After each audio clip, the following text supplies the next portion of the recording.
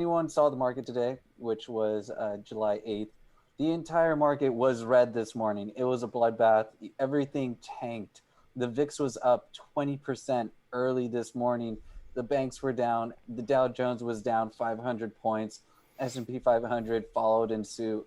And it was a bloodbath. Like throughout the day, yeah, some stocks rebounded, such as AMC, which was down 20% today at its low point. And guess what? It bounced back, went positive to a 10% positive gain, and it ended above 6.5% today. So that's just saying that it was on the threshold list. The shorts had to cover. They tried knocking that price down as much as possible, down 20% today, and then it rebounded back up. So hopefully the shorts covered, but guess what? They didn't, because they're still on the threshold list. What? So tomorrow should be another interesting day. Look who's right underneath GME. And Diddy. And we could even see on the Fidelity chart the buy-sell ratio for AMC. Yes, it was down 20%, but guess what? Those buy orders were up. 2/3 buy orders, 1/3 sell orders on AMC. And the same thing goes for GME, and that's a little higher of a ratio. Let's say right, but that's only through yeah, Fidelity. and that's through Fidelity. I have a question. Even though those are number of orders, does that include magnitude of orders? Yes, that's the total number of orders that went through. But I mean, so like you mean as an order as an individual. So like for instance, I put an order in for 200 shares and I put an order in for 10 shares. Are they considered the same order, like one order each? Oh, that is a great question. Because even yeah, though they that could be you know the magnitudes. Yeah, that's just the amount of orders, buy and sell orders. So it wouldn't know the actual magnitude per order. I was just curious. So that's definitely a good question. Good question, but definitely more buy orders. And Yes. majority of everything that was happening was through dark pools. So that's another thing. Well, that was my point. Back like to dark all of pools. these are going to be like individual viewpoints. Like dark pools were invented specifically for the purpose of moving large amounts of assets without affecting the market directly initially, right? With having it parsed out. So that's their entire purpose. Definitely. And AMC went down, GME went down at the same time, down at most 10%.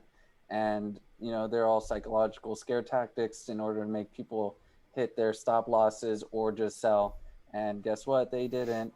And then it ended up, they still ended the day positive for the day. So, the stock market, the banks are taking hits. Everyone's taking hits right now. And this is just the beginning, with the Dow down. You also could say that people are selling because they look at these prices and they get scared, so it washes out the market. Then people jump in because when the stock dips really low, they look at that as a good buy-in price. Which then, and if that was an argument, then these Fidelity numbers would make more sense because you would see increased amount of buying on those dips from a lower amount of selling, which in the selling is from people trying to get out of their positions because they're like, okay, I'm done with this. Yeah. So there's the news article that said hashtag we're not leaving or something like that.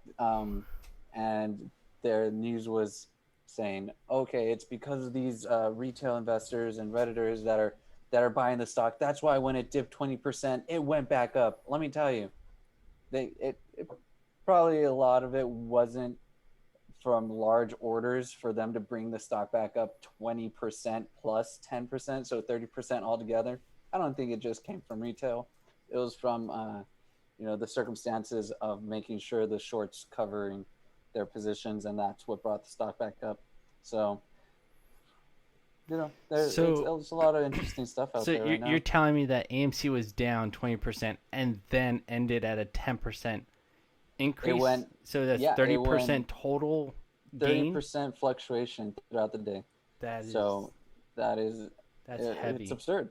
It is. And I believe it all occurred it went down 20%, and at around 9:50 to 10 a.m., that's when the stock went up 8% in a 10-minute time frame. Just boom, 8%.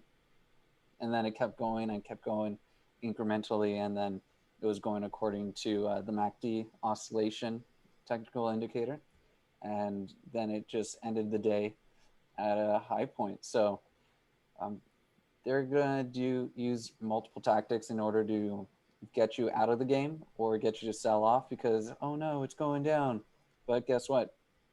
Since the multitude is sticking together and staying strong, all they can do is play the game and lose money at the same time because they have a lot of failed to delivers. And what's surprising is we're past 13 days of AMC being on the threshold list. They're still on there today. That gets updated at the end of the day. So what's happening? Well, there's a lot of people who would rather take the fine and not deliver on their failed to deliveries. So these next couple days are still going to be interesting. But to say that the manipulation is over, that's far from the truth. Far from the truth. I feel like a newscaster. Okay, well, definitely some things to look at. No, I definitely opened my account this morning. My portfolio was just hurting. I was just like, Jeremy, what's going on in the market right now? But hold strong. Keep those diamond hands. And that's what happened. The fluctuation of 30% is huge.